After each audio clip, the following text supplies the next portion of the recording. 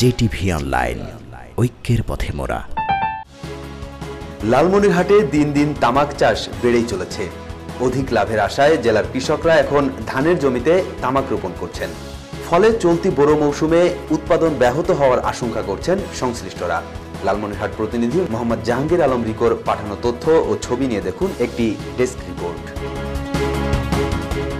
খরচ কম, লাভ বেশি, তাই লালমনিরহাট জেলার কৃষকেরা এখন তামাক চাষে ঝুঁকে পড়ছেন। চলতি বোরো মৌসুমে ধানের জমিতে তামাক চাষ করা হচ্ছে। বাজারে ধানের দাম কম হওয়ায় কৃষকরা ধান চাষে আগ্রহ হারিয়ে ফেলছেন বলে জানা গেছে। জানা যায়, তেল, সার ও বীজের মূল্য বৃদ্ধির কারণে ধান চাষ করে তারা ক্ষতির মুখে পড়েছেন। তামাক চাষে পরিবেশ সহ নানান দিকে ক্ষতির কথা জেনেও তামাকের চড়া মূল্য থাকায় কৃষকেরা ধানের পরিবর্তে তামাক চাষে আগ্রহী হয়ে উঠেছেন।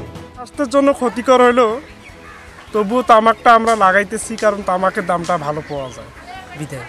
কিন্তু তামাক আসলেই দেশের জন্য ক্ষতিকর, মানুষ ব্যক্তিত্বের জন্যই ক্ষতিকর।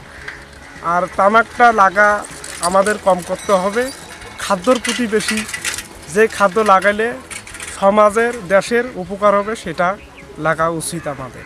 তামাক লাগাই এই কারণে তামাকের পয়সাটা মাইর কম।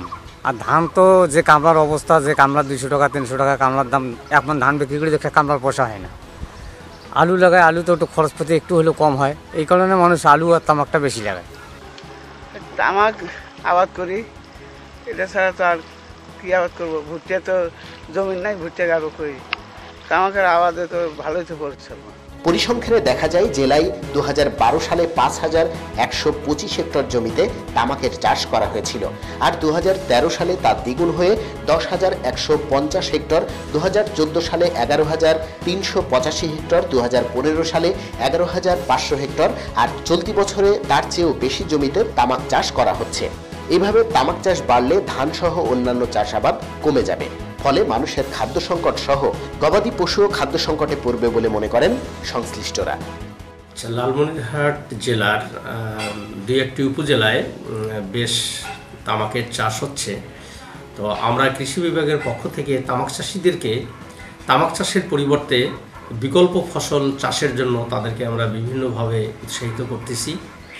আমরা বিভিন্ন ধরনের মিটিং, বিভিন্ন ধরনের প্রশিক্ষণ, বিভিন্ন ধরনের কর্মশালায় আমরা কৃষকদেরকে তামাকের যে ক্ষতিকর দিকগুলো সেগুলো তাদেরকে আমরা বোঝানোর চেষ্টা করতেছি। পাশাপাশিভাবে আমাদের যে বিকল্প ফসলগুলো আমাদের আছে, আমরা সে ব্যাপারে তাদেরকে চাষের জন্য বিভিন্ন ধরনের প্রযুক্তিগত দিক এবং তার যে অর্থনৈতিক দিক, এইটা আমরা বোঝানোর জন্য চেষ্টা।